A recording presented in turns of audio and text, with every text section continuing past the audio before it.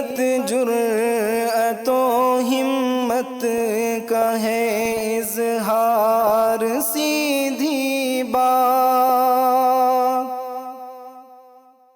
روایات صحافت کا علم بردار، سیدھی بات۔ ناظرین گرامی، السلام علیکم ورحمۃ اللہ وبرکاتہ۔ سیدھی بات کے تازہ ترین پرائم ٹائم میں آپ لوگوں کا استقبال ہے۔ ناظرین، میں انصار عزیز ندوی اس وقت کے ایوننگ پرائم ٹائم میں آپ لوگوں کے سامنے کچھ اہم ترین خبریں، کچھ وائرل ویڈیوز اور تصاویر کے حوالے سے تنقیدی تبصرے لے کر کے حاضر ہوا۔ ناظرین گرامی، میں آپ کو بتاؤں گا کہ کس طرح آریہ سماج مندر کے بارے میں سوشل میڈیا میں نفرت پھیلا کر کے بے بنیاد افواہوں کے ذریعے سے حالات خراب کرنے کی کوشش کی گئی۔ جیو کا خوف بے وجہ نہیں ہے، بڑی تعداد میں اس وقت پورٹ کیے جا رہے ہیں نمبرات۔ میں بتاؤں گا اس کی تفصیلات، اور ادھر ایردوغان کا تازہ بیان آیا ہے ترکی پر پابندی کو لے کر کے۔ امیر کویت کے فرمان کے تحت نئی حکومت کی تشکیل کے بعد کس کو کیا قلمدان ملا وہ بھی بتاؤں گا۔ میں آپ کو زی نیوز کی کیسی دھجیاں اڑائی گئی ہیں آج کسان آندولن کے درمیان میں، وہ ویڈیو سناؤں گا۔ تو وہیں پر لو جہاد نام سے ایک لڑکی کو 3 دن زبردستی جبرن اٹھا کر کے لے گئے، پھر اس کے بعد اس کے ساتھ کیا ہوا خود لڑکی اس وقت جو ہے بیان دے رہی ہے، جو مسلمان ہو کر کے اپنی مرضی سے شادی کی تھی، اس کا بیان آیا، وہ بھی میں آپ کو سناؤں گا۔ اور ادھر کلکتہ کے عالیہ یونیورسٹی میں ایک خاص کورس بند ہونے کی وجہ سے طلباء کیوں پریشان ہیں، اور بھی بہت ساری چیزیں۔ ناظرین، 5000 طبی اہلکار ہڑتال پر نکل گئے ہیں، کہیں ان پر بھی اس وقت خالصتانی ہونے کا الزام نہ لگایا جائے۔ اسرائیل نے جنگ چھیڑنے کے لیے سائنسدان کو قتل کیا ہے، یہ بات اس وقت روحانی نے بیان دیا ہے۔ دیکھتے ہیں کیا سب تفصیلات ہیں۔ اس سے پہلے آپ لوگوں سے درخواست ہے کہ جن احباب نے ہمارے چینل کو سبسکرائب نہیں کیا ہے وہ سبسکرائب کر لیں، ہماری ان ویڈیوز کو دوسروں تک پہنچانے میں ہماری مدد کریں، لنک کو شیئر کریں۔ ادارے کی مضبوطی ناظرین آپ لوگوں کی مضبوطی ہے، ضرور اس پر غور کریں اور نیچے جو تفصیلات ہیں اس پر ایک مرتبہ نظر ڈالیں۔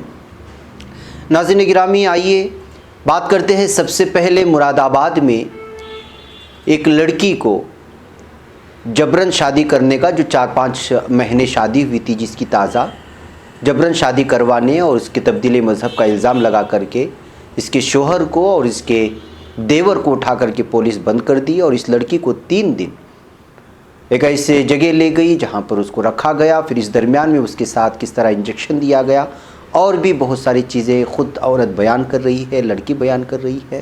اس کا بیان سننے کے بعد آپ اندازہ لگائیں کہ یو پی میں اس وقت پولیس کس قدر انسانی حقوق کی پامالی کر رہی ہے، آزادی کی پامالی کر رہی ہے، آئین کی دھجیاں اڑا رہی ہیں، لیکن کوئی اس ظلم و ستم پر بولنے کو تیار نہیں ہے۔ یہ ویڈیو آپ لوگ پورا سنیں اور پھر اندازہ لگائیں کہ اس وقت یو پی پولیس کا اصل چہرہ کیا ہے اور یوگی حکومت آخر چاہتی کیا ہے۔ پنکی جی، جو آپ کے ساتھ ابھی کیا نام ہے یہ کیس ہوا تھا دھرم پرورتن والا، جی اس ماہ مہیلا آیوگ میں بھی رہی، جی سر۔ تو وہاں پہ آپ کا ساتھ کیسا ویوہار ہوا اور آپ کب آئی ہیں؟ سر میں رات آئی ہوں، اور میں ناری کیتن 5 تاریخ کی 2:30 بجے گئی تھی رات کو۔ سر رات میرے کو وہاں پہ ٹارچر بھی کرا گیا ہے 3 دن سے۔ اچانک سے میرے پیٹ میں درد ہوا ناری کیتن میں، انہوں نے مجھے دکھایا نہیں، پھر زیادہ طبیعت خراب ہونے پہ مجھے ہاسپٹل لے کے گئے ہوئے، اور اس کے بعد مجھے ڈاکٹروں نے انجیکشن لگائے۔ اس کے بعد پھر میری بلیڈنگ بہت زیادہ ہونے لگی، اور انہوں نے میرے کو دوائی انجیکشن دیے۔ کل میرے کورٹ میں بیان ہونے تھے، اس کے بعد میری پھر طبیعت خراب ہوئی، انہوں نے انجیکشن لگائے تو میرا مسکیریج بھی ہو چکا ہے، اور الٹراسونوگرافی پہلے تو صحیح تھا، پر میرے کو انجیکشن لگائے گئے تو اس میں مسکیریج ہو چکا ہے میرا، اور میں رات آئی ہوں۔ ویسے قانون نے میری مدد کری ہے، میں چاہتی ہوں قانون سے کہ میرا ہسبینڈ اور میرا جیٹ بھی میرے پاس لا دی جائے، اور میں نے اپنی مرضی سے کری تھی شادی۔ 24 جولائی کو میں نے شادی کری تھی، 6واں مہینہ چل رہا ہے میری شادی کو، دہرادون میں کری تھی شادی میں نے، ISBT آزاد کالونی میں شادی کی تھی۔ میں چاہتی ہوں قانون سے کہ میرا پتی اور میرے جیٹ گھر پہ لا دی جائے۔ آپ کے مان تھی آپ کا جو مسکیریج ہوا ہے وہ کس کی کمی کی یا غلطی کی وجہ سے ہوا ہے؟ کوئی دوائی وغیرہ آپ کو دی گئی تھی؟ سر ہاں، میرے کو انجیکشن لگائے گئے تھے، اس کے بعد اسی سے میرے کو بلیڈنگ بہت زیادہ ہونے لگی تھی، تبھی ہوا ہے، اس سے پہلے نہیں ہوا تھا میرے۔ انجیکشن کب لگے تھے آپ کے؟ سر میں جس دن 11 تاریخ کو شام کو گئی تھی، اس دن میں نے ایک انجیکشن لگا تھا، تب مجھے ہلکی ہلکی بلیڈنگ ہوئی تھی، اور 2 دن بعد مجھے انجیکشن لگائے, 4 انجیکشن لگائے میرے, اور دوائیں دی. اس کے بعد میں بہت زیادہ بلیڈنگ ہوئی, بہت زیادہ طبیعت خراب ہوئی ہے میری. اس کے بعد میری بلیڈنگ نہیں رکی ہے. انجیکشن کس نے لگائے تھے آپ کے؟ ڈاکٹر نے لگائے تھے. ڈاکٹر کہاں کے تھے, سواستھ وبھاگ میں یا باہر سے آئے تھے کوئی ڈاکٹر؟ نہیں, وہیں تھے ڈاکٹر نے. وہیں ڈاکٹر نہیں تھی؟ ہاں, ڈاکٹر نے جو رہتی ہے وہیں تھی. اچھا, جو نارائن جی میں ڈاکٹر رہتی ہے وہیں کے ڈاکٹر نے آپ کو لگائے تھے؟ ہاسپٹل کی ڈاکٹر نہیں تھی. تب 11 تاریخ کو آپ کو گئے تھے, طبیعت خراب تھی, آپ کو جو انجیکشن لگایا آپ کو انہوں نے, یا اس سے ہمارے پیٹ میں درد ہو رہا تھا, بس خالی پیٹ میں درد تھا, وہ پیٹ میں انجیکشن درد لگایا؟ تھا ہمارے, تو اس کے ہمارے بلڈ لیا گیا, انجیکشن لگائے اور ہمیں ایڈمٹ کیا گیا تھا. تو ناظرین, آپ نے یہ ویڈیو سنی اور آپ کو اندازہ ہو چکا ہوگا کہ کس طرح جو ہے جبراً اس وقت جو ہے پولیس ظلم و ستم کر رہی ہے. ناظرین, میڈیا کا کردار اور بالخصوص زی نیوز, انڈیا ٹی وی, ایسے کچھ چینل ہیں جو بہت زیادہ اس وقت بدنام ہو گئے ہیں.